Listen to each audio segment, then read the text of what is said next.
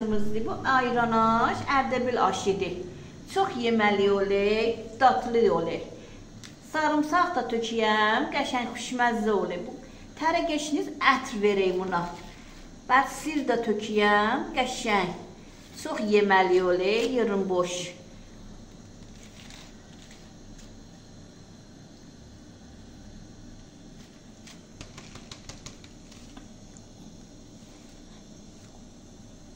آره خیلی خوشمزه میشه این آش. بعد انشالله که همه بتونن این آش درست کنن. خیلی خوشمزه است. آش سنتی اردبیله. ما دیگه همیشه سنت خودمون رو حفظ میکنیم. همیشه این آش درست میکنیم کنار خانواده. یه آش خوشمزه و خیلی مقویه چون توش دوغ داره، ماست داره، بعد نخود داره، خیلی خوشمزه میشه. امیدوارم که همه بپزن بعد با دل خوش بخورن. الهی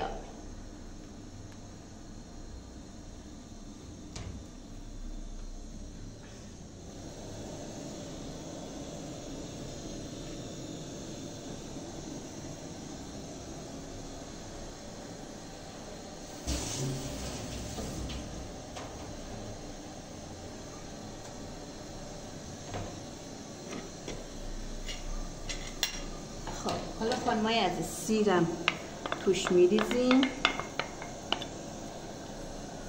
این سیر خیلی بهش عطر میده و نخودای پخته.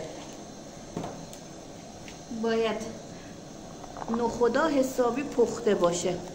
اگه نپخته باشه آشتون زیاد جالب در نمیاد.